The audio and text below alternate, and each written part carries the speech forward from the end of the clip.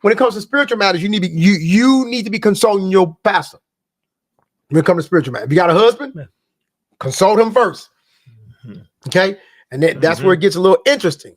The husband deals with the spiritual matters and the concept of the household and the family, like children and so forth and so on. But when it comes to the ministry things, remember, this is interesting. Because this is interesting now. I want to get your attention a little bit. This is very interesting to me because it's just hitting me. Don't you find it somewhat interesting that the scripture never says the husband is the watchman of the wife's soul, but yet he's the head of the wife. But the pastor is watching her soul. Well, that right there could really open up to a really real conversation. So, but the husband's not watching her soul. The pastor is watching her soul. The leader is watching her soul, but the husband is the head. So what is he doing? Because he has a spiritual play as well. If you see it as like a football team, and everyone on the team has their own position, right? And I don't care who you make the quarterback. The husband can be the quarterback if that's what you want to be. It don't make no difference. It don't make no difference. And the pastor could be, could be the coach. It don't matter. But each one has their own position, and that's part of what you see. The husband has his position, and the pastor has his position on the team of Christ. And that's but it is an interesting. Maybe one day we'll talk that out. It's interesting.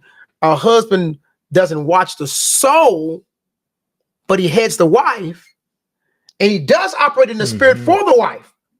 Let me. All right, God, it get good, man. Okay. This could go somewhere, but it may go too deep for y'all. Let me go here real quick. Then just jump in and jump out. Did I tell y'all get his attention? You got my attention because, all right,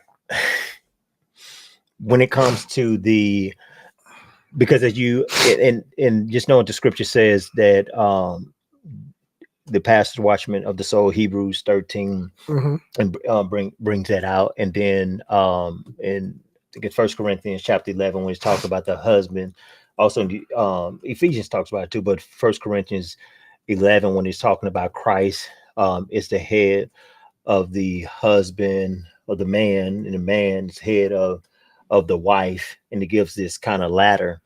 But I was thinking as you were saying that, and I thought about this, that when it comes to the pastor, I hadn't thought about it until now, that he taps probably more into the spirit, and the husband is designed to help carry that out.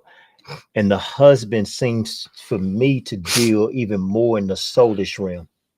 The reason why I say that, because the pastor, he's been given a spiritual authority in the sense of when it comes to the word of God, deal with that body of Christ. And really helping that individual to go spiritually, and the husband in his role that he's playing is dealing with the second, not that he's not dealing with the spirit, but he's dealing a lot in the soulish realm to help carry that over to the spirit, if that makes sense. But so anyway, so I can see a difference somewhat there. But the husband still playing a role with the spiritual aspect because of his position that he's been given. And I think that what I hear you saying is the husband deals with more of a natural responsibility with some spiritual aspects still. Yeah. And the pastor leader deals with more of the spiritual responsibility with less human aspect. Yeah. I would agree with that. And I think this is something maybe we could do we can actually do a podcast on this maybe, because and we talked about this before, me and you, over the years, different times. Like, what is the difference between the husband being the head and the pastor? Because I remember even like when I was being pastor, I was like, so does my pastor have authority over what I'm saying to my wife? I mean, I was young. Yeah.